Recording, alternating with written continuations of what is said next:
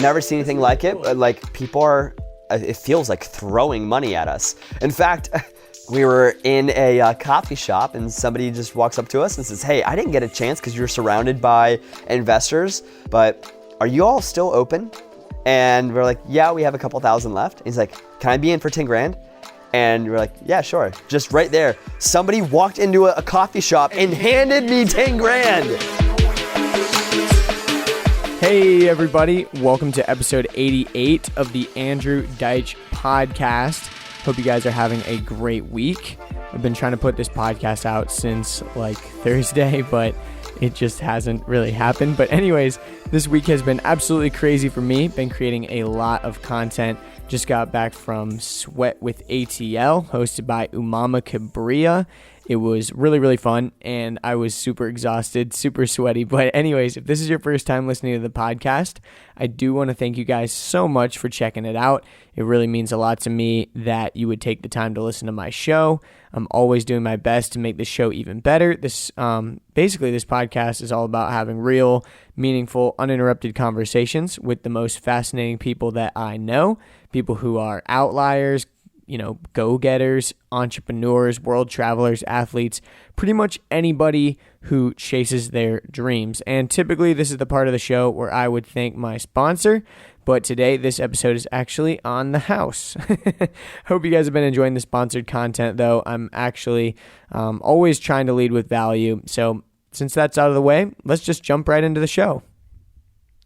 So my guest today is my friend and ADP veteran, Austin Distel. And Austin is actually in Cape Town, South Africa right now, but I was lucky enough to grab him for a podcast while he was in town a couple of weeks ago.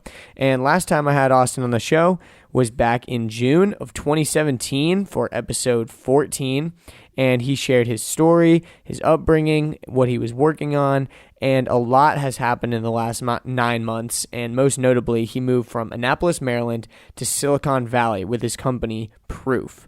And on this episode, he shared the story of how they went through the famous seed accelerator Y Combinator earlier this year.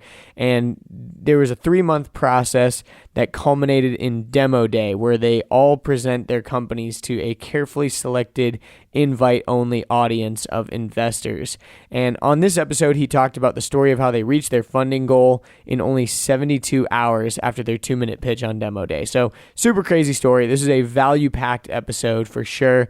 If you're into entrepreneurship, technology, or startups, then you're definitely going to love this episode. So without any further ado, please welcome my friend, Austin Distel.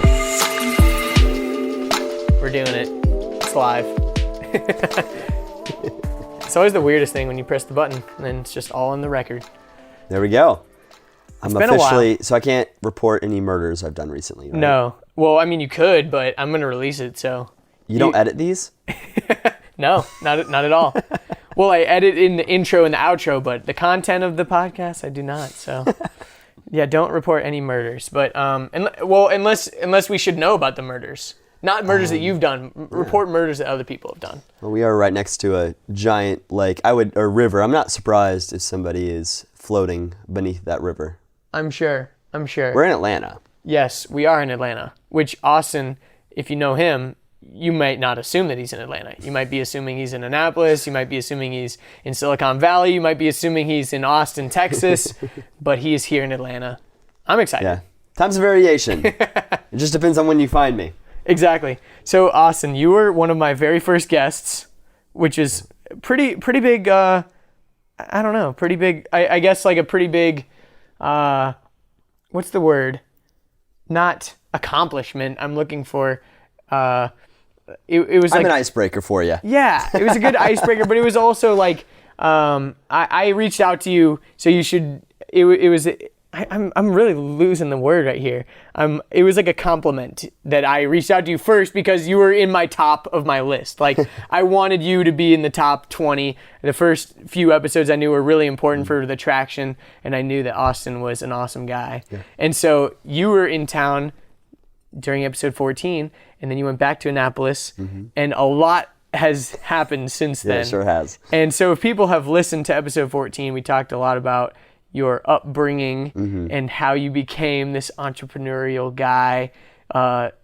I remember you talked about playing under the pool tables while your mom was a bartender. Yeah, that's right. So that you wouldn't have to breathe in the smoke. Yep. That was a great story. I love that. But so if people want to know more about your personal story, they should definitely go back and listen to that one. But like I said, a lot We got raw on that one. Definitely. I like doing that for sure. But I feel like this one is going to be very different because we're going to talk about what has happened in the past 6 months or whatever. So more than that, because it's been like since June. Mm-hmm. So you're working at Entrepreneur Alliance, right? Which was, try to describe that for me. So in short, you think of most communities have, some sort of leadership. If you go to a gym, there's personal trainers that teach you how to get, ripped. And there's also classes that you can attend that are group classes. So if you wanted to think of the Entrepreneur Alliance, it's a gym for entrepreneurs online. We gave them a community in which they could ask questions and share advice. We gave them master classes on tactically, like how to scale your business with online marketing. And then we'd hold events where they can literally come and meet up, close the laptop, which is so hard for many entrepreneurs, to actually meet up in person and not just like connect on LinkedIn. Mm-hmm. And it was huge success. Quickly, we got to over 1,200 members across the world that were paying $30 a month for our membership. And that was the catalyst, though, for the next venture.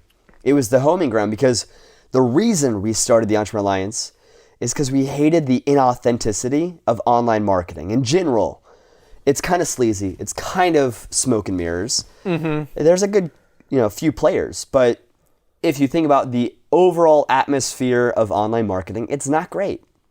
And so we wanted to change those tides. And we truly believe that all tides change with leadership. So if we could focus on who is training the next wave of entrepreneurs, who is correcting bad behaviors or bad mindsets, we could then begin a new revolution. And that was the revolution of authenticity. So how now do we scale your business online using very genuine, authentic, but very still effective strategies? And I would every week bring in a guest and do all other kinds of cool stuff for our members. That's awesome. So you were doing a master class a week, right? So that was like an hour-long, awesome training. Yeah. And you said you were bringing on guests and stuff. Yeah. So I bring in guys like the founder of Dollar Beard Club, right? Mm-hmm. He went from 0 to $8 million within 8 months. It's absurd. I mean, that's absurd, right? It's absurd. They got a deal on Shark Tank, etc. And so we talk about how did that happen, and we pull back the curtain and literally show like the raw details of their campaign, the funnels they did, what was the failures, what were their successes of experiments. And that's very valuable because most of the time what you're being told online is leading to a sale for you to buy the rest of the information. It's very, very true. So you've probably opted into a lead magnet before. You give your email address for some sort of information, and then they only give you one piece of the pie and say, hey, are you ready to pay more? Which is honestly a great way, and it's actually a truly authentic way. You solve a small pain and you grow it bigger. But we were able, now that they are members of EA, to truly reveal all the secrets. And so that was the initial community that has now built Proof, which is where we're at today. That was the proof. Yeah. Proof of concept. Yep. So you were working, what was your role at Entrepreneur Alliance? Like, what was your title? CMO and partner. CMO and partner. Very cool. Yeah. The CMO, for the people that aren't entrepreneurs, is Chief Marketing Officer. So I had the marketing team and do our paid advertising, positioning, design, branding, etc. Very cool. And if you remember from the last episode, you went from running kind of your own agency, Bravado Branding, to Entrepreneur Alliance, to now going full force with Proof, right? Yeah. So how did that all happen? Because actually, I went out and visited you in Annapolis for a little while, and that was kind of in that transition, because I remember you were like, yeah, we've got the Proof office and blah, blah, blah, and I still was kind of confused as to what was what. I was like, I think we were too, though. Yeah, definitely. Right? Like, we were distracted because we had two opportunities, one doing well, one had the potential to do really well. And that's tough. It's between good and great, but you don't know which one's the good and which one's the great.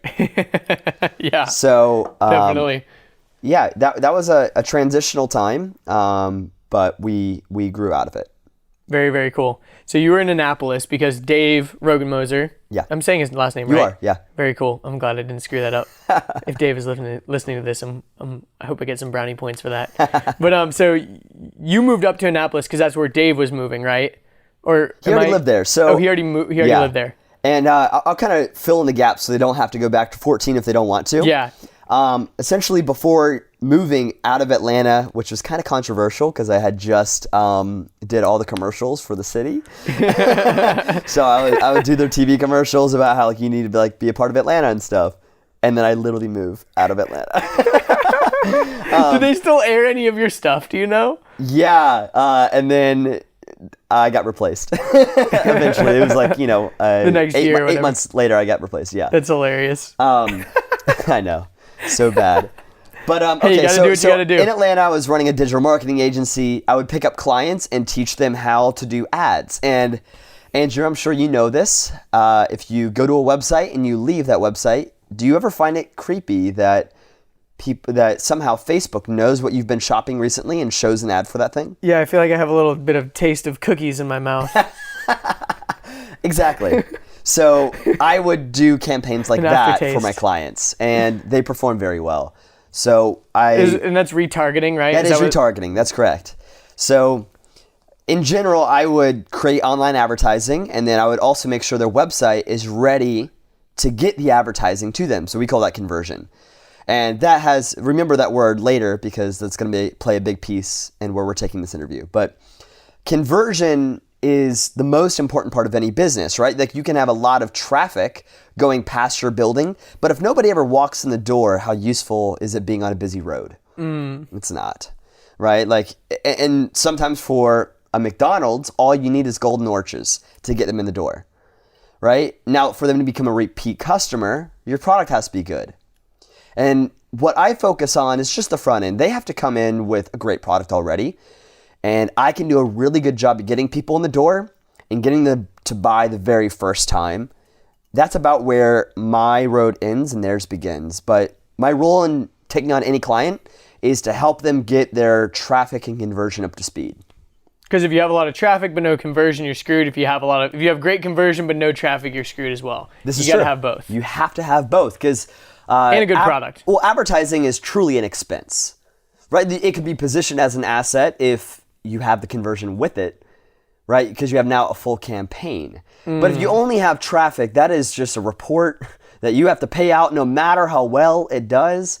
And that can be very stressful. And if you're a business owner and you've maybe spent money on billboards or TV ads or etc., and weren't ready for the traffic to go to your website, it might have died on the page. And you never would have seen the rewards from the advertising. That's very true. So when you guys, like you said, so you were working on that with Bravado. That's what you were doing by yourself, taking on clients and all that stuff. Yep. And then, so you took that expertise, took it to Entrepreneur Alliance, and then you guys were working on this thing called Proof. So who came up with that idea? Yeah. So let me lay out the master plan. Okay. Like Elon Musk. We all want, in this perfect world, to have a business that can grow independent of us, where it's an animal on its own, it can grow, it can be sustained, it's a machine. And you get dividends from the benefits of this machine. That's the goal. Eventually, we all want to be investors. That's your money working for you and not having to put time in for your money. Now, if you're doing client work, it's a lot of time per client. And the benefit of what I was doing, which was a recurring service, on average, I would charge $1,500 to $2,500 a month for my services, which was way better than me charging, $5,000 for a website because that's one-off.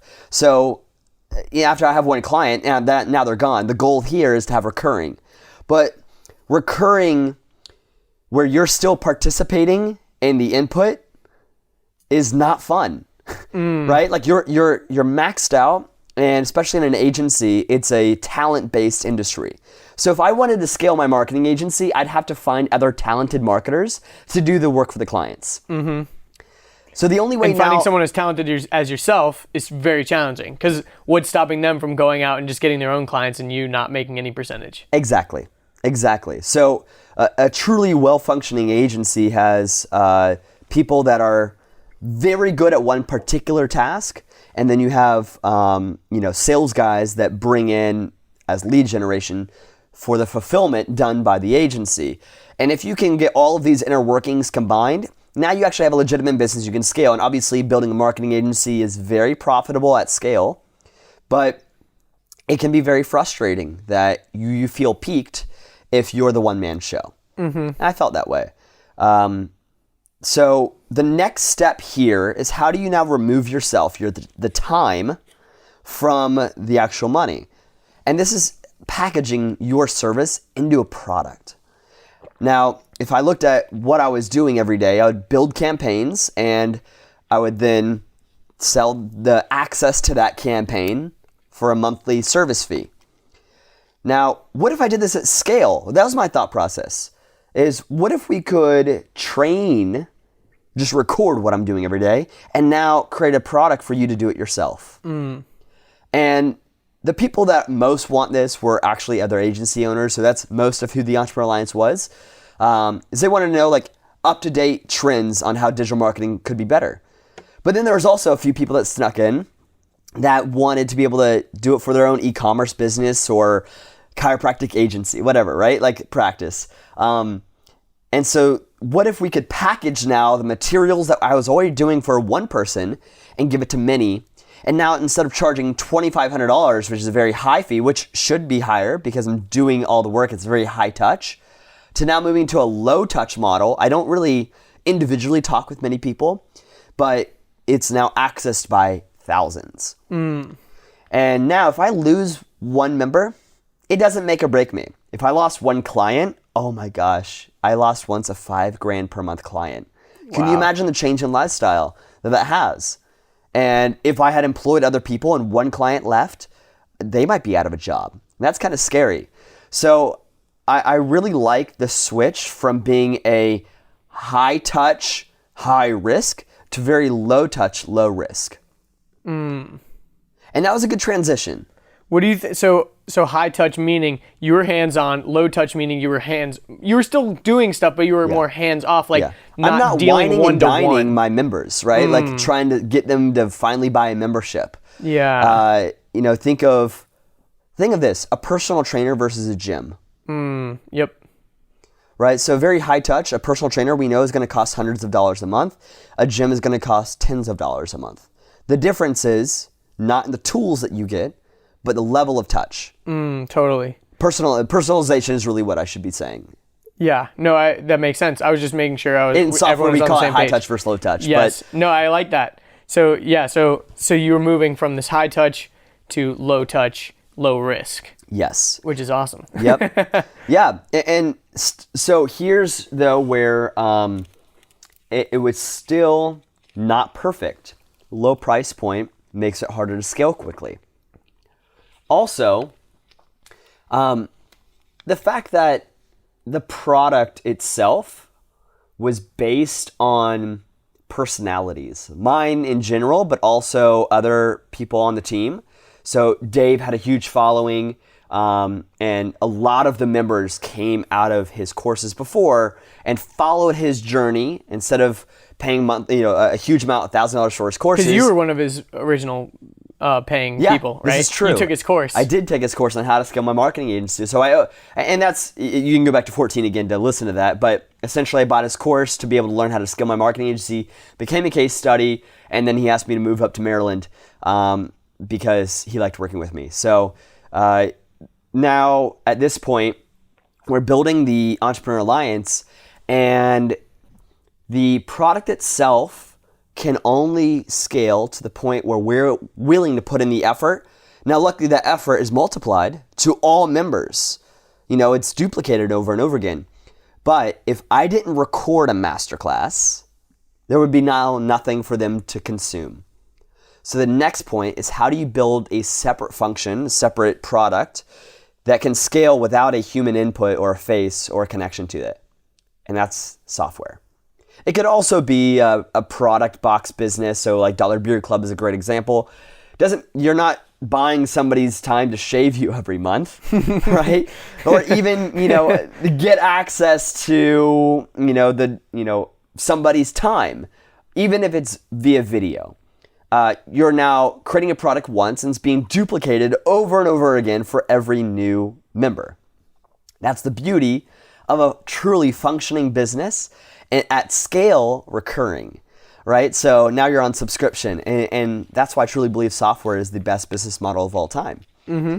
Because while the barrier to entry is high, and it's actually getting lower now that there's products that make software easier to build, but in general, software is hard to get into because it's hard to build. It's expensive to hire software engineers. They're at least $7,000 to $12,000 a month. Mm-hmm. And outside of that, how do you even know what to solve? What is the problem that you're going to be solving with software? And that's really the headache of it, is because what you think you're selling is often not what the user is buying. Mm. You might, Andrew, think that people are listening to your podcast for a specific reason. And so you made it based on that reason. Yet your listeners right now might be actually listening for a very specific thing that you don't even know about. And so this is actually very common in all entrepreneurship, is that you are trying to sell what you think they want, and they're buying it for a totally different reason.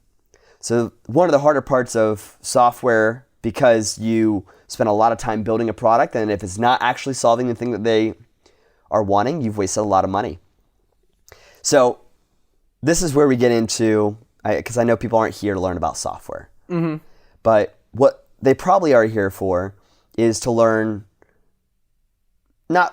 be inspired by dreaming bigger, chasing your dreams, thinking outside the box. Mm-hmm. And that is what happened when we moved out of the Entrepreneur Alliance and took a big risk and shot for our dreams. And now, as I'm looking at you today, in a very different position as I was at episode 14. Definitely. Because since then, and we can go back to the details, moved to Silicon Valley. We just raised $2 million in funding, are having conversations with guys like Mark Cuban, Ashton Kutcher, just officially got an investment from Joe Montana. What? And that's nuts. Yeah, and it's been a crazy life. We've grown and scaled our team from where I was the only person on the team outside of the founders to now having 10 employees and hiring another 5 here in the next 30 days, hopefully 30 by the end of the year. So if you look at even the person I was back at episode 14 and the guy I am today, the transition has been huge, not just in the result, because that doesn't matter much, but in the becoming of somebody new and the skills, the mindset, etc. And so I believe it all comes from our thinking. To get what we want to be bigger, we have to dream bigger. Very true. So when did you guys actually make that leap from going full force Entrepreneur Alliance and then kind of like not really staying in limbo and then deciding to go full force into Proof? Yeah. So this is around the time where we had maybe 800 members paying $30 a month. And we had realized that they understood traffic. And a lot of what I talked about was traffic. This is, again, how to get website clicks and visitors to view your products. But they were having a huge issue with conversion. And we are trying to understand what are ways that we can help your website make more money, get more leads, get more sales, without being sleazy, gimmicky, red pointy arrows everywhere. Yeah. Like looking like a proactive commercial, right? Like where, they have a 10-second timer that's like, order in the next 10 minutes and we'll send you a double one. But that you can order in 12 minutes later and it's going to be the exact same. Exactly. You're still going to get the bonus. That's total fake scarcity. It's kind of sleazy. Yeah. So how can we do this in an authentic way? Now, Dave was, at this time, fun story is he had just gotten married a year before, and so now he is planning his 1-year anniversary, and it is to get a safari trip out to South Africa. And it can be kind of scary to buy from a African company that you've never seen, and there's not a ton of reviews everywhere. Like TripAdvisor is great, but like that's one source, and often they're in there gaming the system. Exactly. So are you willing to spend $5,000 with an African company you've never seen? Well, It is, if you've seen that 20 other people have recently also bought this and that it has a bunch of reviews and good testimonials. So we realize social proof has a lot of weight in our buying decisions. So how can we utilize social proof as much as possible? And out of all social proof, what pieces are the most effective? Now we know testimonials and reviews are big on Amazon. And we also know that if there's only so many left, in an inventory count, there's only 10 shoes left. But 40 people are currently viewing the shoes right now to buy. How more inclined are you now to get the shoes? Mm-hmm. Much more. And what we came to find after just testing on our own site, the Entrepreneur Alliance, to try and increase our memberships, is we ran this whole social proof campaign. And it was all about how do we use our customers' voices and give them the microphone to share our story rather than us talk about ourselves, and use all of that in our campaigns rather than, saying how cool and awesome we are. Yeah. So that's what most customers... I think every business struggles with that. They do. Because you can only hear it from the company so many times. But if I watch, for example, if I watch a Google Pixel commercial and I'm like, oh, that's a cool phone. But then I see Marquez Brownlee, MKBHD on YouTube review the phone and he says it's awesome. I'm like, I'm going to go buy that phone. Yes. Because I trust him as a dude, because I've seen him shit on some other phones before. And I've seen him talk great about some other phones before. But if Google's talking about it, of course they're going to say it's great because it's their phone. So why would you ever be honest about your own thing if there's pitfalls or bad things about it? So it makes total sense. Yep, exactly. So we doubled down on that. And what Proof ended up becoming was a notification that if you've ever been on hotels.com or booking.com, shows how many people have recently booked this hotel room. And then it eventually evolved to how many people are shopping and then how many total have booked. So not just Andrew from Atlanta bought this 3 minutes ago. Now it's 500 people in the last week have bought this. And so we have multiple different versions of social proof now. But with all products, if you have an idea right now, it's lurking inside you and it's trying to get out, and you might think it's a great idea, the next step is for you to test your hypothesis. It's not to go straight to market. It's not to build it right now. It is simply to say, hey, is this idea actually worth putting any effort into? So the next step for us was we're going to do a webinar, which is a video commercial essentially. And you get all these attendees to listen to what you have to say about some topic. And then at the end, you give them an offer and see if they want to take up on it. And if they do, then it's probably a good time to actually build it. So we did a pre-launch, and this was all about social proof. And at the end, we taught them, here's how you build a case study, etc. And at the very end of this, we said, hey, we're going to build out a software around social proof. And if you pay us $1,000 here today, I know it's a lot of money, but we're going to give you that. That's a huge discount compared to what others will pay if we take this full to market. So if you pay us a little bit of money today, you're getting an 80% discount. And then also, I'm going to give you some other bonuses here to make it worth your while. And literally, Andrew, we didn't expect this, but within 45 minutes, we made $40,000 in sales. Holy shit. So it was basically pre-orders, like Kickstarter kind of. Exactly. That's awesome. We didn't have to use Kickstarter's audience. We just used our own audience. Use your own audience, yeah. And, makes sense. And we also, it was instant. It's not like we had a 90-day campaign. We had 45 minutes. And within 45 minutes, we instantly knew whether or not people wanted what we had to sell. And so with that $40,000, it was our initial funding. We used, we paid dev time to build out the product. And what were you guys hoping to get?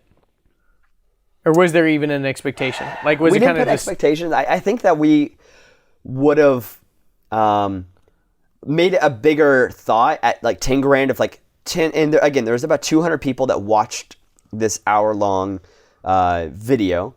And at the end, 22 people bought literally on the spot, and then by midnight, 38, and then within the week, 2 more. So there was a lot of... It's just really cool to hear instant feedback too, right? If you're talking with your customers on the webinar, you're able to hear like, oh, great, they want this feature and this feature and this feature, and they're building the product. They have like, so we gave them what we call the Founders Club, and we let them have their input into how the product should be built. What are the most important features first, and then like later on, what are, optional features that we could build. So that was really good. Like we let them build the roadmap as well. And about a month later, maybe 40 days later or so, we launched publicly our beta. And this is like, okay, now we're letting the market decide, not just our small niche, but then we let the market. And then another 30 days after that, we went public and like with the whole brand campaign, etc. Because in beta is basically where you're letting people try the product, but they know it's going to be a little bit glitchy. But these are the innovators. These are the ones that like as soon as an iPhone comes out, they're the first to get it. And then like there's later on the laggards and they're the early adopters. Later on, like you might be the person listening right now that says, oh, I never buy the 8, I always buy the 8S. I wait a year for them to figure out all the crap that's going to go wrong with the 8, right? So there's the early adopters and the innovators that buy most of the time on the first round. They're the ones waiting in line to get the first iPhone, etc. And then there's later on the laggards and majority. So the beta testers, they're so helpful because they make us, they find bugs that we wouldn't have been able to find on our own, or it would have taken really long. Yeah. So that's how we initially launched Proof. And quickly, we knew that if we could get to the influencers in the world of this online marketing space, it would trickle down. All we had a list of about 50 to maybe 100 of people, like our ideal customers. If we got them to use it, oh my gosh, everybody else would use it. What kind of names are on that list?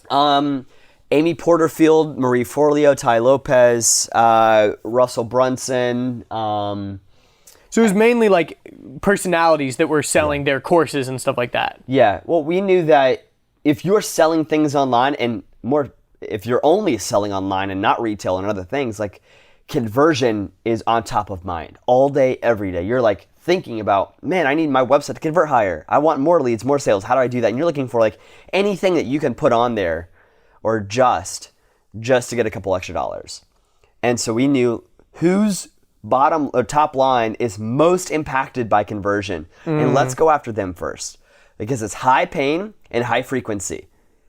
That is the formula for a great product. That's product market fit. If you're looking right now, listening, like you're like, how do I find my product market fit? I want you to draw a cross, more like a plus sign on your paper. And on all 4 corners, I want you to write, is it a high frequency or low frequency? And is it a high pain or a low pain? And if you came to find that maybe your product is very seldom found and it's not a very strong pain, it's time to move on from that idea. Pain. I thought you were saying paying. Pain. Like the problem that your product is solving is a very high pain for that person, so they're willing to pay a lot. Yes, exactly. Gotcha. We're willing to pay a lot for pain and paying. Yes. Because high pain, high paying. Yes.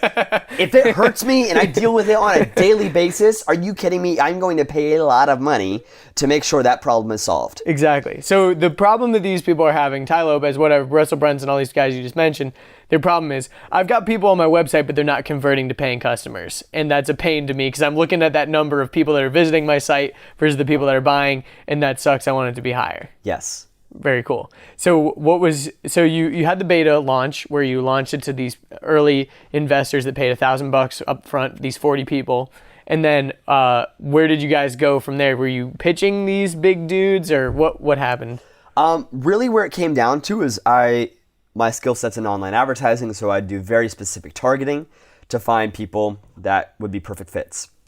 We would also reach out and then, we wouldn't do direct reach out. We would ask for referrals.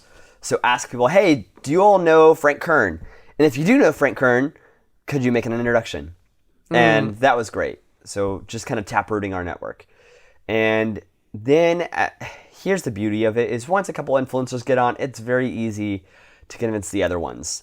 And then everything else trickles out. So now we're at 12 months later. We just had our birthday, and about 13,000 websites now use Proof. Wow. Yeah. That's crazy. 13,000 websites. And so once, like you said, it was like kind of a trickle down thing.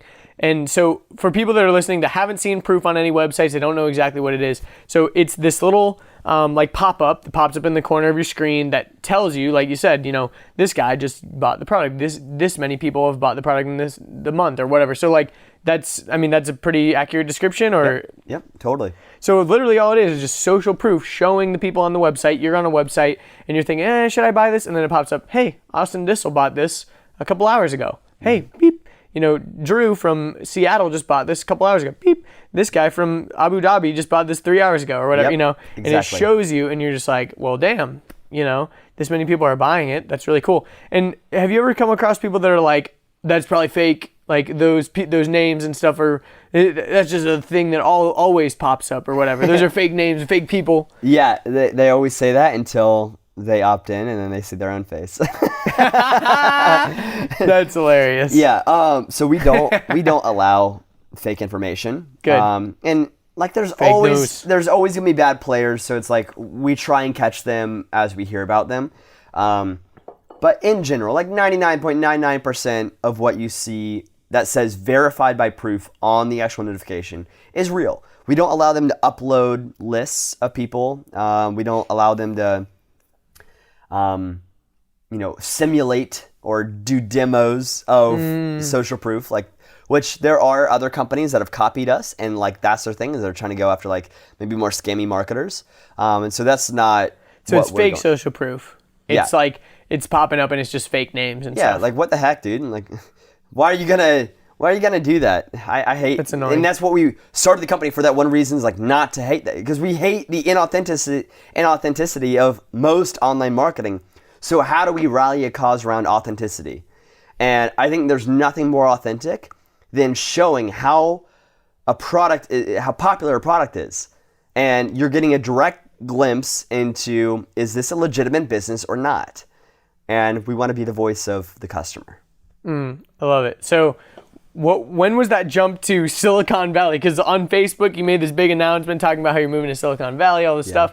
You're a master of the Facebook posts, man. You're really good at it. Because obviously you do it for your company. So personally, I'm sure you're thinking about that kind of stuff all the time, how you can position your, and it's cool because I've started to think about that a lot more too, in creating Facebook posts that are polarizing or people get excited about or whatever, stuff like that. But so you made this Facebook post, you're talking about how you're moving to Silicon Valley. What was the reasoning behind that and what was the journey of all that going on? So have you ever felt limited by your environment? That Definitely. Maybe what you are trying to build is too big for the box that you're currently living in. Mm-hmm. That's not a fun place to be in. And up in Annapolis, it's a town where a lot of politicians go to retire, and there's no other, not even just tech startups, but startups in general. And we wanted to get around kind of like old money. Yeah, I mean, these are guys that like live on their sailboat and commute from Washington, D.C. And look, I mean, there's a place and time for that. Awesome. Maybe when I'm 60 years old, I'll be living on a sailboat around the world. But for the hustling time I am in my life, I want to get around people that are thinking big. And the only way to elevate my own thinking is to change the environment in which I'm in and get around other bigger thinkers. So just for the fact that we wanted to surround ourselves with billionaires, we moved ourselves to Silicon Valley. And the catalyst to the actual move is that there's a startup incubator called Y Combinator. And this is the incubator that has produced Airbnb, which, by the way, is the fastest tech startup in the world. They quickly, within only, I believe it's 8 or 9 years now since they've launched, are at a multi-billion-dollar company. It has completely changed the way the world interacts with housing and travel and community involvement and activities. Like, they are much more now than they were even 4 years ago when I used to Airbnb my place out in Athens, Georgia. Like, it's a very different platform. For sure. Now, also, Reddit came out of this, and Foursquare, and a lot. If you go on their website, you'll see all these.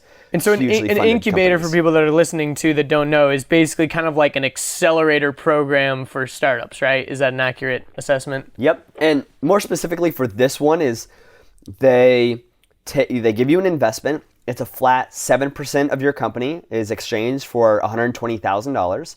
So we got a $120,000 investment and gave them a portion of the company. And now with that, over the course of 3 months, they input all of their connections into your business and help you scale, get positioned, and legally, accounting-wise, team-wise, mindset-wise even, for funding. And at the end, it all leads up to demo day, where you pitch 500 of the wealthiest venture capital firms in the world on your business. You have 2 minutes. And at the end of 2 minutes... It's like Shark Tank, kind of. It is exactly like Shark Tank. Except there's 500 of them. And another 1,000 maybe watching virtually. Wow. Yes. That's crazy. So at the end of 2 minutes, you say just thank you and you walk off stage. There's no like anybody pitching right there. And what 200 over here, 300 over there. Yeah, exactly. There's not a bidding war happening. And you say, for example, for us. That'd be good social proof though if there was a bidding war. Right? So actually there is a little bit of social proof. And what Y Combinator has done a very good job at is putting all the balls in the court of the founders and not in the court of the investors. When you walk into that room, you hold the power because they have never been put in a position like this where they have to get in the round as fast as possible because you only are going to take up so much money. And there is now 1,000 investors that just heard the same thing that you are, and they want to get in on this deal too. So if you're a valuable company, you're about to quickly get your funding. And that's very cool because most of the time, the funding process takes months or even years because there's all this due diligence and back and forth and, follow through, etc. In Y Combinator, you walk out the door and it's handshake deals for hundreds of thousands of dollars. They said, hey, I like what you said on that 2 minutes. I would like to be in for $100,000. Shake my hand, it's a deal. And here's how Y Combinator supports this is they all have an app. And once you pitch, they give you a thumbs up or they just don't, right? And all the ones that have a thumbs up, now YC says, okay, great, you two are a match. We're going to set up a meeting with you all. It's like Tinder. It is. It's totally like Tinder, right? This is so awesome. Yeah. And they set up like a 15-minute meeting, and you're welcome to decline it if you want because all the investors have a profile. And if this profile has bad reviews on it, if they have duked out companies that said, hey, I'm going to give you $1 million, and then they fall through. Or maybe they do invest, and then they weren't very supportive. They didn't give you the need that you wanted. Guess what? Their reviews go down. So what they want is they're creating now this environment where all the investors walk out, and if they say they're going to give you the money, they better give you the money. They don't want their Uber score to go down. Exactly. So literally, that's awesome. Never seen anything really like cool. it. But like people are, it feels like throwing money at us. In fact, a couple days later, we were in a coffee shop, and somebody just walks up to us and says, "Hey, I didn't get a chance because you're surrounded by investors to get in and shake your hand, and ask if we could come into your round. But are you all still open?" And we're like, yeah, we have a couple thousand left. And he's like, can I be in for 10 grand? And we're like, yeah, sure. Just right there, somebody walked into a coffee shop and handed me 10 grand. Oh my gosh. That's insane, dude. Talk about being too big for your own box. Seriously. That's crazy, dude. And so that is absolutely nuts. So one of those people that shook our hands and said, hey, I'd like to be in was Joe Montana.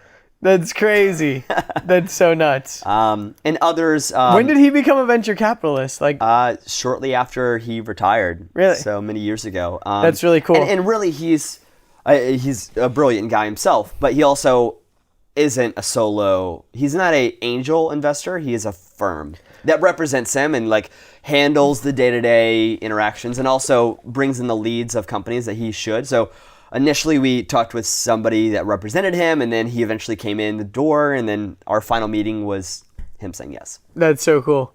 What's the difference between an angel investor and just a venture capitalist? So a venture capital firm is, in general, a collection of other angel investors that give their money to somebody that goes and finds the investments. If you're an angel investor yourself, you have to be accredited. So you make over $1 million in a year, or I think in general, just $1 million net worth. They do fact check this. And then who's they? Like the government? There's an accreditation system. Okay, gotcha. Yeah, so you have to be anyway. So an angel investor is like an actual technical term. An accredited investor, exactly. Huh. Yeah. So not just anybody can invest in a company. You have to be accredited. Gotcha. A venture capital firm, and there's more technicals. I'm probably not the best to expand on this, but in general, they host a lot of people's money and put that into pools. So kind of like a mutual fund of startups. Gotcha. Makes sense. Very cool. So once you guys made this pitch and all this, but this was, how many months were you in this incubator, Y Combinator? Yep. So 3 months, 4 months? January 1st, we all moved out, 7 of us, into a house in Palo Alto. And it was a 4-bedroom with 7 of us, so you can imagine, right? Was it kind of fun, or it was super fun. It was like a startup fraternity, dude. And if you've ever even like worked with a bunch of people on a common mission, that's amazing. But imagine that energy all day, every day, and all distractions are out. Yeah. And like whenever there's a celebration moment, you bond as a team, and it's just a really cool place to be in, where you're leading up to a common goal at the end, which is demo day, and so everybody's rallying around, being positioned well for demo day. So we knew if we had hit certain numbers, and if we, had certain, growth metrics, etc., that we would get a very good investment on demo day. And if everybody was on that same common mission, there's no possibility of it not working. How did you guys come about that number of 2 million that you needed for funding? We actually initially only wanted 1 million. And then there was just some great investors that said, hey, we would love to participate if you would extend the round. And so we said, okay, we'll grow it to 2. Wow. Yeah. That's cool. So initially on your demo day, you were asking for 1? Yeah. That's really cool. So in this incubator, before you have to get accepted, right? You have to put an application. It's very all this hard stuff. to get accepted. About 5,000 entrepreneurs or startups apply once a quarter, or there's 2 a year. So every application round, 2 demo days a year, and there's about 5,000 that apply to be a part of the Y Combinator series. And by the end of all of the applications, and there's several rounds of interviews, about 120. In my round, there's 141 graduates. How many make it to demo day? All 100 and whatever? No. Some don't make it all the way through. Their product isn't ready. Again, I guess we didn't talk about this, but most of Y Combinator, what they're looking for are billion-dollar ideas. This is with a B. Because they're here not to make a little bit of money. They're here because they're only getting 7%. I mean, 7% of $1 billion is a lot, but 7% of 100,000 is right for them. Yeah. So it is very much about how does your idea truly impact the world? What does this look like at scale? I'll give a few examples of people that were in our class. You love virtual reality, don't you? Yeah, it's really cool. Yeah, super cool. But there's a component of it that still feels fake. If you try and go to a wall or try and grab something, there's no sensory there. Well, one of the classmates, he created a glove that gives you feedback? That puts pressure when you hold things in a virtual reality world. Wow. So let's say that you want to play essentially Wii baseball. You'd be able to grip a bat, hold a ball in your hand as you pitch it. And you feel it in your hand. You feel it in your hand. That's so nuts. So crazy. So did think you get about to try all the it? other applications of this. No, I didn't. But, that's nuts. Yeah. Still. Yeah. And then there's another company I thought was pretty cool. As we know, weed is now completely legalized in California. And so with that new legislation, there's a lot of potential products that could happen out of this. Indeed. One of them being my Combinator alumni has created a weed-infused soda where after 2 or 3 sodas, you feel a light buzz.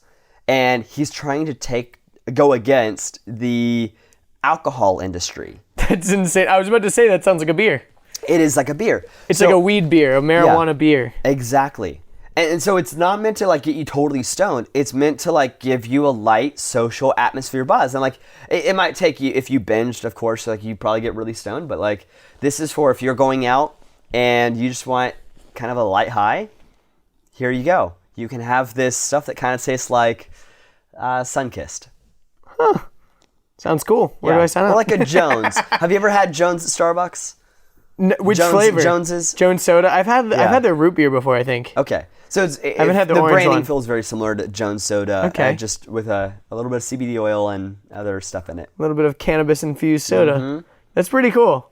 Yeah, so I was going to say, so Y Combinator, it sounds like they've got, I mean, obviously they've got their shit together, but it makes total sense because of the social proof of it. It literally is like, the VCs are trusting Y Combinator because so many successful things have come out of Y Combinator, and Y Combinator is making sure that the investors are legit because of the app and everything. Yeah. And they have this big event twice a year where everyone wants to get in on it. How many of these like graduates fail? Like how many of them don't ever make it or whatever? Is it mainly pretty much once you graduate you're kind of killing it? The success rate's very high comparatively to most entrepreneurship. We know like 95% of businesses fail in general. Yeah. For Y Combinator alumni, it's much lower failure rate. Yeah. And so that's why VCs are willing to put down Shell hundreds to millions of dollars on the spot with a handshake. Because they know they've been vetted already and they've graduated. Yep. That makes sense. So on this, in Y Combinator, first of all, what is Y Combinator even? Why is it called Y Combinator? Do you know? I don't know the full story, but it's based off an equation. Oh, okay. Yeah, there's in mathematics, there's something called the Y Combinator equation. I don't know, etc. Gotcha. Look it up. I really don't know the full story, but if you know, that's you why know. it's based on. Gotcha. Okay, cool. So once you were in this program, you guys just like lived in this house together. It was like startup fraternity for 3-4 months. And then you got on Demo-Day, you got your funding, like literally what, a couple weeks ago? Like, yeah. And then when was the decision that you guys were moving to Austin? Okay, so Austin was a decision that's been leading up to for a little while. Nashville, Boulder, even SF, San Francisco were all cities that we considered. But if we look at the trends of like where are companies moving towards, where are great developers and other tech, talent, is really moving to Austin.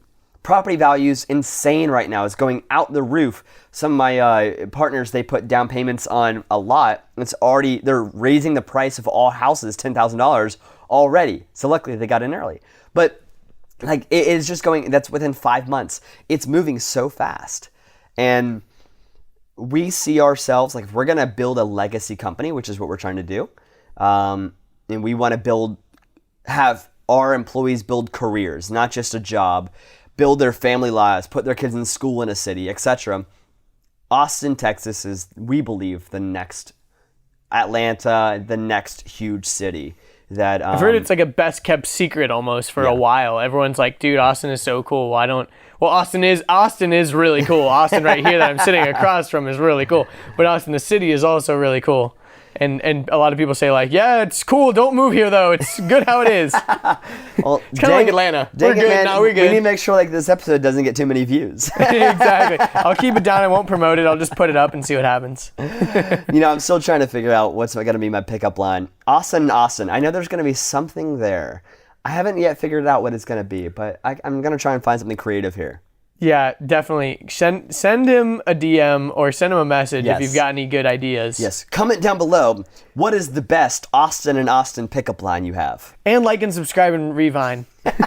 Revine. Revine, dude. Seriously, RIP to Vine, but apparently the guy who created Vine, well, obviously it was bought by Twitter. The guy who created Vine is making V2, which is a relaunch of Vine. It's coming this summer, apparently. I'm very excited. And apparently it's going to be a larger than Square.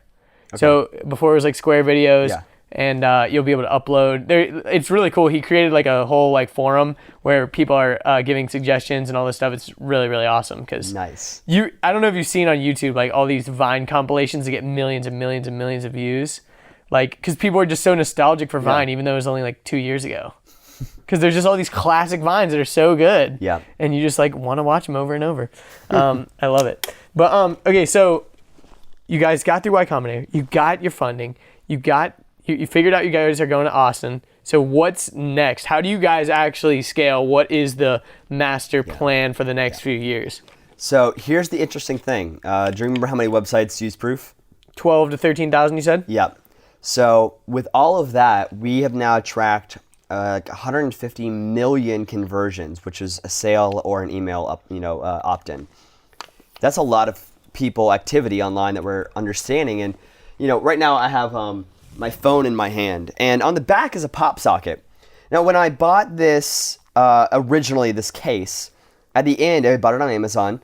They said, hey, if you like this phone case, you might also like this pop socket. And I'm sure you've seen this before. And it's because that Amazon also sees all of these conversions tracked and is able to see the patterns, the behaviors of people across their entire platform. We have this access across the whole internet. And so in the future, and I'm curious, Andrew, currently you sometimes work at this Escape Game Place. Escape Game Place, right? Now, you have repeat customers every once in a while, don't you? Mm-hmm. Do you recognize them? Definitely. Okay. And do you speak to them the same way that you would a brand new customer? Definitely not. Okay. I definitely... It's a warmer feeling.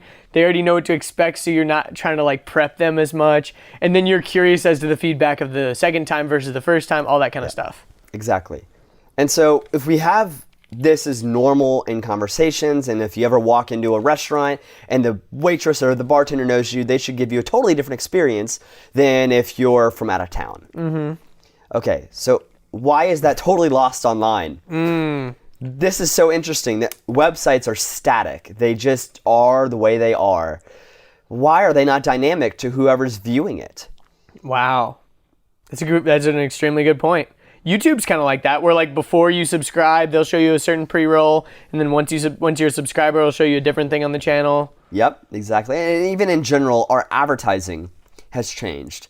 The advertising that it should change, at least. If I do my job right, I don't speak to the way that you see my very first advertisement the way that you would see my last advertisement. And if you're a repeat customer, I should be able to show you a different kind of ad than if you're brand new. So ultimately where we're taking Proof is we're going to be able to adapt with data the website itself. How do we make the messaging, the headlines, the images, the way that even the website completely looks, the emails that you send out, the ads that you show, all of these things based on the visitor that will be seeing them. We already have this available, obviously, in advertising, and your email list should be segmented. But everything that's online, what if you already had this, all your websites, I should say, specifically, but in general, the whole marketing funnel should be adaptive to whoever is currently viewing the advertisement. We now have enough data to make that happen. So the next step for us is data scientists, machine learning engineers, and anybody that can make that available for data to be turned into insights. And we don't know if we're going to be always a front-end platform. We might eventually just be something you connect to allow your website to be dynamic. But this is where we're going to. We know that the future in 10 years is personalization. The internet we have today, we're going to think is so archaic and funny. The fact that it wasn't a unique experience. So in the future it will be, and we know that that is a fact. It will be. So how do we make sure we're a part of that story? Yeah. And but still right now people are kind of taken aback by a little bit of that kind of stuff. With Facebook, I think people are warmed up to the idea that Facebook knows everything about you, so the ads are tailored towards you, which is a beautiful product for marketers. Yes. It's an amazing product, actually, and it's kind of insane. But for people that are just kind of normies that are out of that world, and they are kind of creeped out by that, or they'll talk about something, and then a couple of days later they see an ad pop up for it, and they're like, oh, the FBI is listening to me, the Facebook's listening to me, and then of course the whole thing with Cambridge Analytica and all that stuff that's coming out, and it's revealed that Facebook has compromised the data of millions of people. What do you think? Do you think we're just gonna kind of give up our privacy in in exchange for these awesome services? Or, I mean, so what do you think is happening? Here's the interesting thing, and I think I have a very unique approach on this, and probably a very polarizing approach on what privacy really looks like. But in general, I want you all to know that it's not like somebody at an advertising firm is saying, hey, they just looked at the website. All right, round up the troops. We're going to send the ad campaign to them. Like, there's nobody in particular. That's not what you do on a daily basis? No. Yeah, I'm not like, with my two red hands, like saying, okay, like traffic, like at the airport. It's not like I'm like sending the airplane towards the direction. It's like, no, it's just automatically happening. It is a machine. It is not anything outside of that. There's no opinions being made. There's nothing outside of there's no guy listening for what you're saying. Yes. So that's not scalable. Yeah. And so I want you to think that, like, whenever you put your card information online, even I accept thousands of payments a month, I literally am not even able to see your card information.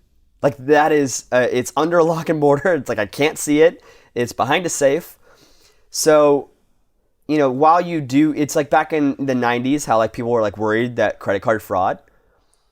The protections have been put into place since then that like it's not possible for if you do it the right, if a business is a legitimate business, like if you do PayPal and stuff, like maybe, like, but you can always counteract that and just say, hey, that was a failed payment, and they're gonna give you your money back. We have now since put the protections in place in the world for privacy to be held correctly. Every once in a while, there's going to be a bad character, like in Cambridge Analytics, that misuses it. And we have to be prepared for when those days happen. Hopefully, like back in the day when Target's analytics, got compromised and all these. Or Equifax recently that compromised social security numbers of like half of the U.S. population or whatever the hell it was. Yeah. So look, it's not like there's not a risk.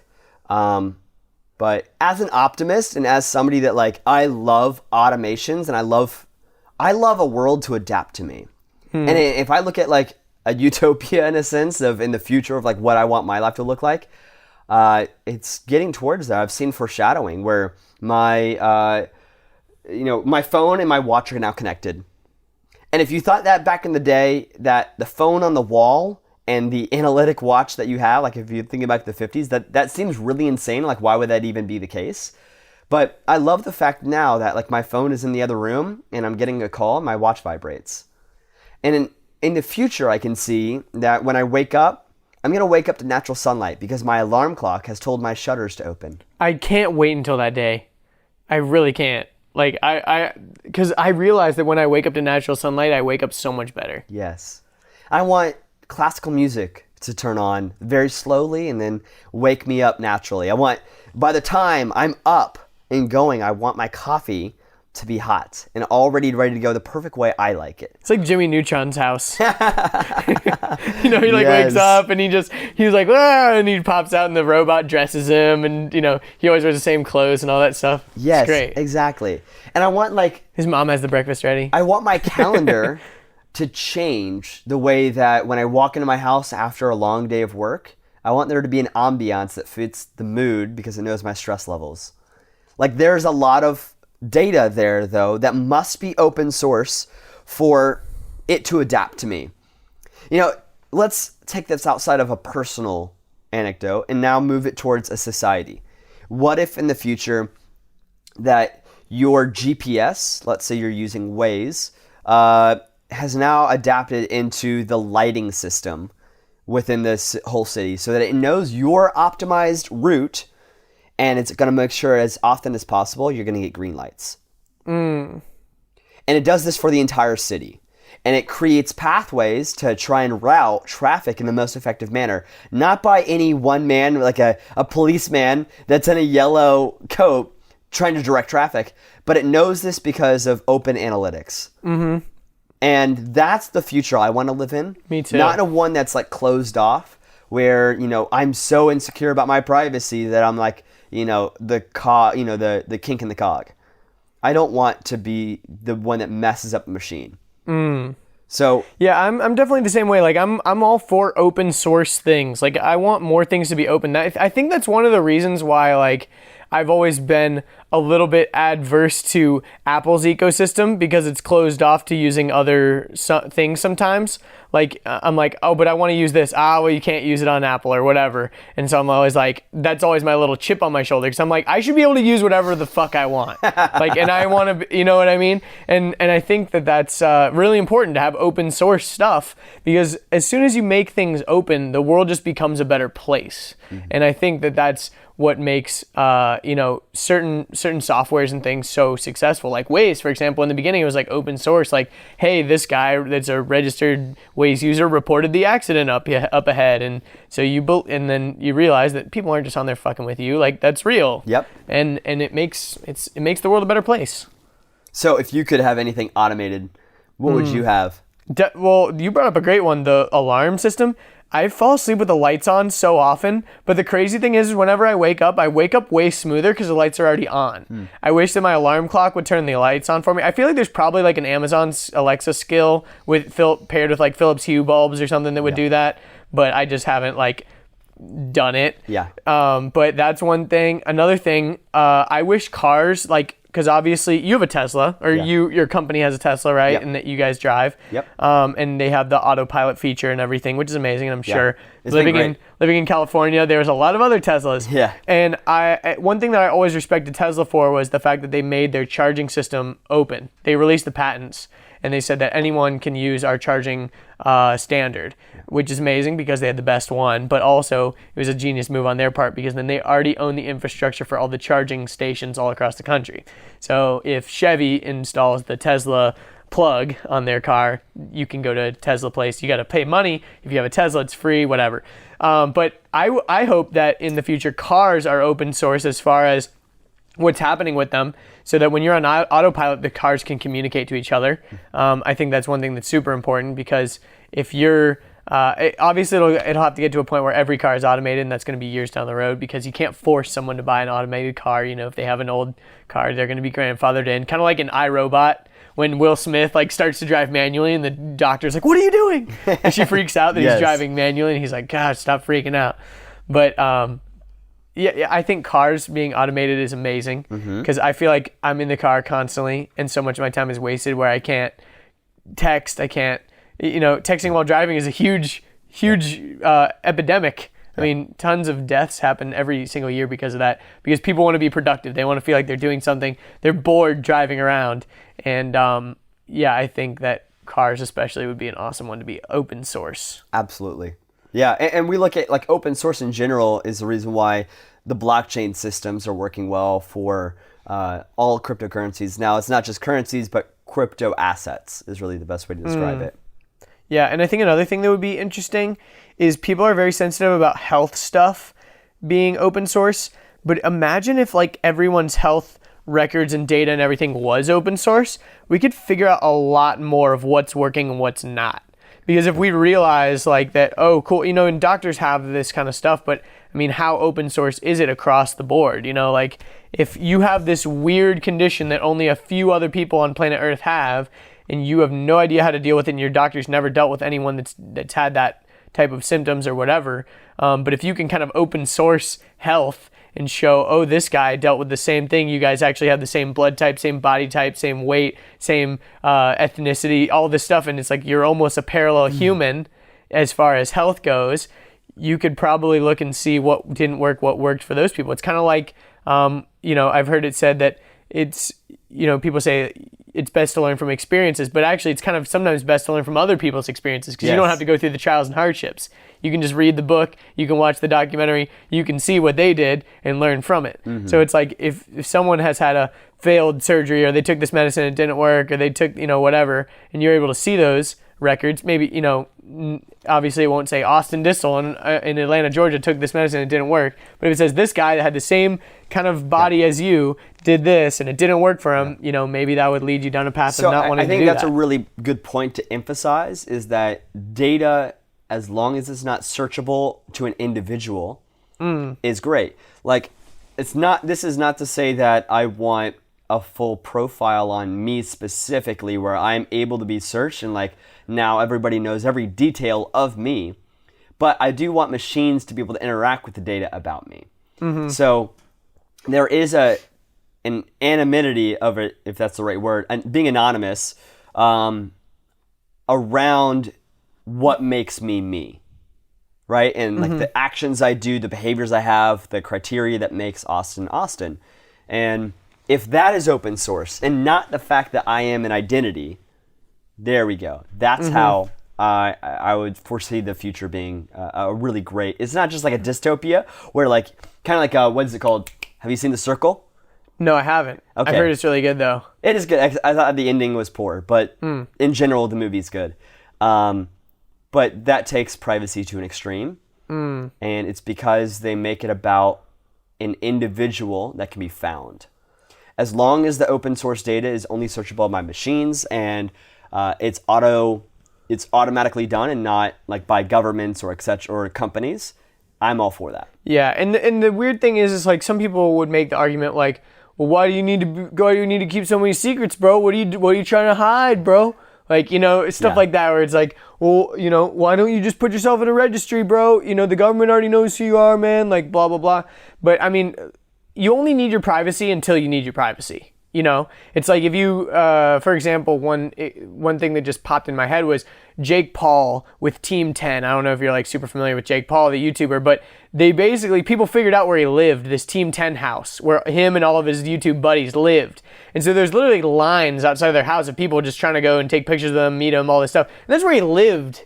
Like that was his house. Like that sucks. You don't want someone to just know where you live. And if you just become this like internet personality, but you're not really even monetizing off it, like you become a meme of some sorts and, people know who you are and you're kind of famous, but you're not really monetizing it on the point where you can be Mark Zuckerberg and buy all the lots next to you so no one can even bother you and have gates down the road. You're just a regular dude, but everyone knows who you are. That's kind of creepy if everyone can just search your address and come find you and, who knows what they want to do. I'm an optimist as well. I think that, most of the time everyone has good intentions, but there's a few bad eggs in there that'll ruin your life. And of course, like, once you need your privacy, you want that. And I think it is important to maintain it, but at the same time, how far do we let it go? Yeah. It's going to be, I think, the debate of the century, really, because I think we're giving up more and more privacy. I definitely think 2018 is the year of privacy. We're going to figure out a lot of stuff this year. Yeah, and it is insane how much progress we've made in technology over just the past 3-4 years, even 10 years looking back. Even in our lifetimes, we're still very young, but we still remember like CD players and like before iPods and even really kind of before the real internet. Yeah. Like I remember the first time I realized that there was like a website for almost everything. I was like, what if I went to jaguars.com and saw pictures of jaguars? Like I was like, what? Like I can just go to a website.com and just find cool stuff, and that can go kind of dangerous because then as a little kid you're like, boobs.com, like that's real, like as a little kid you're like, what? There's websites for everything, and you just that was the real. I remember once I realized that, I'm like, what websites could I go? I could go to powerrangers.com. Like I was so excited that there was like a website for anything. Like I was so stoked on that. But, I think that and that idea sounds so silly to even like a 15-year-old kid. Because when they grew up, obviously, that they knew what a website was when they were really, really young. And so, and someone that's even 5 years older than us, in their early 30s or whatever, they're like, yeah, of course. Yeah. I remember when the internet was like just starting and I was, figuring it out as a kid. And so it is absurd how much everything is changing and how much we're evolving as a species too. Yeah. We're almost, I think kids these days almost kind of realize like, yeah, I'm going to give up my privacy because I want Facebook for free or whatever, yeah, of course Snapchat knows who I am. Duh, I use it every day. Like I'm sharing my location with them. I'm swiping for the geotags. They know exactly where I am. Yep. Like why wouldn't they? But for someone who that wasn't the norm growing up, it seems odd and strange and scary. Mm-hmm. And I think we need to get over it. Yes, I agree. I mean, that's where we need to end up going. I think so too. But living in Silicon Valley, did you find that people were more progressive like that? Like just ready to kind of give up their privacy and all these types of things just for the ideas of this future? Silicon Valley has a very interesting culture. I actually feel like I'm like living 10 years in the future because for example, my groceries are delivered by a robot. Really? An actual robot delivers the groceries. Wait, what kind of robot? Like a car robot or like? It kind of looks like a giant RV machine or RC car. Really? But like it's and it holds the groceries in its like compartment. The company I went through is called DoorDash. I've heard of that. Okay. And I think they have maybe in Atlanta they have humans deliver stuff, but in Silicon Valley they actually have like a robot deliver everything. And it comes straight to your door and delivers it? Yep. Right to your doorstep? You don't have to be there or No, anything? you have to be there. Okay. You have to unlock the food. So you go to the actual robot, you open up the DoorDash app, and it opens up now the compartment for you to be able to get food. That's insane. So it's kind of like those Amazon lockers at Whole Foods, but just like in a car? Yeah. That's absolutely nuts. That's so cool. So cool. So what other stuff was there that you saw there? In the airport is very futuristic. I don't know. I've just found like going through checkout is very seamless. And then, or I guess like the TSA thing, that felt very seamless, more than Atlanta, which is always a nightmare. Yeah, of course. There were some very unique robots where like it actually looked like a thing out of a Disney movie or something. If you look at my Snapchat story, on one of my highlights, you'll be able to see it. But Your Instagram story. That's right, Instagram story. Yeah, there's what else? Like there was like Disney and the fact that it was kind of playful. It was playful. Yeah, it had a personality. I see. Yeah, and it had a face. I think that's the key. I think that's the key is making these robots more human-like and less creepy. Like that's the problem with like the Boston Dynamics robots. They look scary as fuck. Like they are like really intimidating. They're big. They're powerful. And you're like, I would not want to see one of those things in an alley because it could probably kick my ass. Because it can't feel pain. It's strong. You can see it lifting boxes and stuff. It's like that Black Mirror episode if you've seen that. I still need to start watching Black Mirror. I started watching Westworld recently, though. Oh, there you go. And Westworld is pretty cool. That is cool. Yeah. Black Mirror is great. It's it fits so well into our conversation. It's the black side, the dark side of our current reality and technology. I've been wanting to watch it for like so long. I've heard amazing things, but I just like haven't done it. So one of them is, you mentioned the Boston Robots. There's literally an episode that I feel like they totally copied the structure of what a Boston robot, the robots they're designing are. And it kills people. It's like an Amazon warehouse security staff, but it's this robot thing that looks like a cheetah, and it kills people that come on its property. That's amazing. I think one of the original reasons why people were saying, because there was that one that kind of looked like a dog/horse thing that could carry stuff, and they were saying it would be great for like soldiers that have to carry their packs. The robot could carry the packs or whatever. And it's kind of like, well, wait, why don't you just send the robots in to kill people too? Like, why do we still have to send, and then it just becomes like, are we going to just start sending robots in to kill people? I know. Or are we going to be just such an evolved species by that point that we don't have wars because we are so advanced and civilized? That's what I hope for. That'd be awesome. But I feel like that's a good place to wrap things up on a positive note, not to be just doom and gloom about the technology. Dude, this is an awesome conversation. Is there obviously people want to follow you? Where can they do that? Yeah, so Instagram is where I'm mostly on right now. Facebook is where we can actually have conversations. And outside of that, if you go any cool places around the world, maybe I'll meet you in an airport. That sounds awesome, dude. Well, thanks for being on the show again. And anything else that you want to close with? Is that? No. I feel like guys, live the adventure. Dream big. Do things that nobody else would even encourage you to do because they can't even think of it themselves. Do it because there's something inside you that says, I need to do something bigger than the norm outside of my culture. Move across the country. Say yes to the date. Do the unexpected. Just be bold in everyday moments. That's what I hope for you today.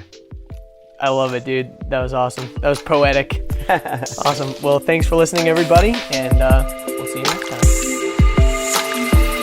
Thanks for listening, everybody. Hope you guys enjoyed the episode.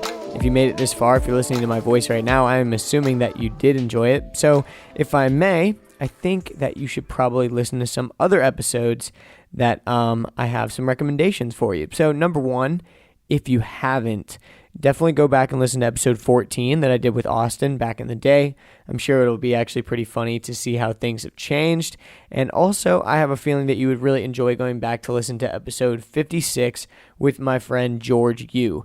And Austin and George have actually worked together. They worked together on the launch of George's company, Wind Pouch, and you've probably seen them before. They're like those inflatable hammocks, but George was actually asked to come on Shark Tank. He got chosen by Mark Cuban for 20% of his company for $500,000. So I think it's safe to say that George is doing pretty big things.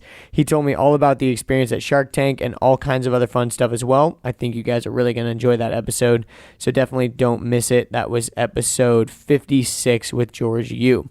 And episode 89 is coming up next with another podcast veteran, Xander Yost. And last time Xander was on the show, we talked about his story of playing NCAA D1 football for Navy and Georgia Southern. And while he actually never graduated from college, he's been doing a lot of big things. He recently quit his job that was paying him a six-figure salary to be an investor running a hedge fund backed by cryptocurrency.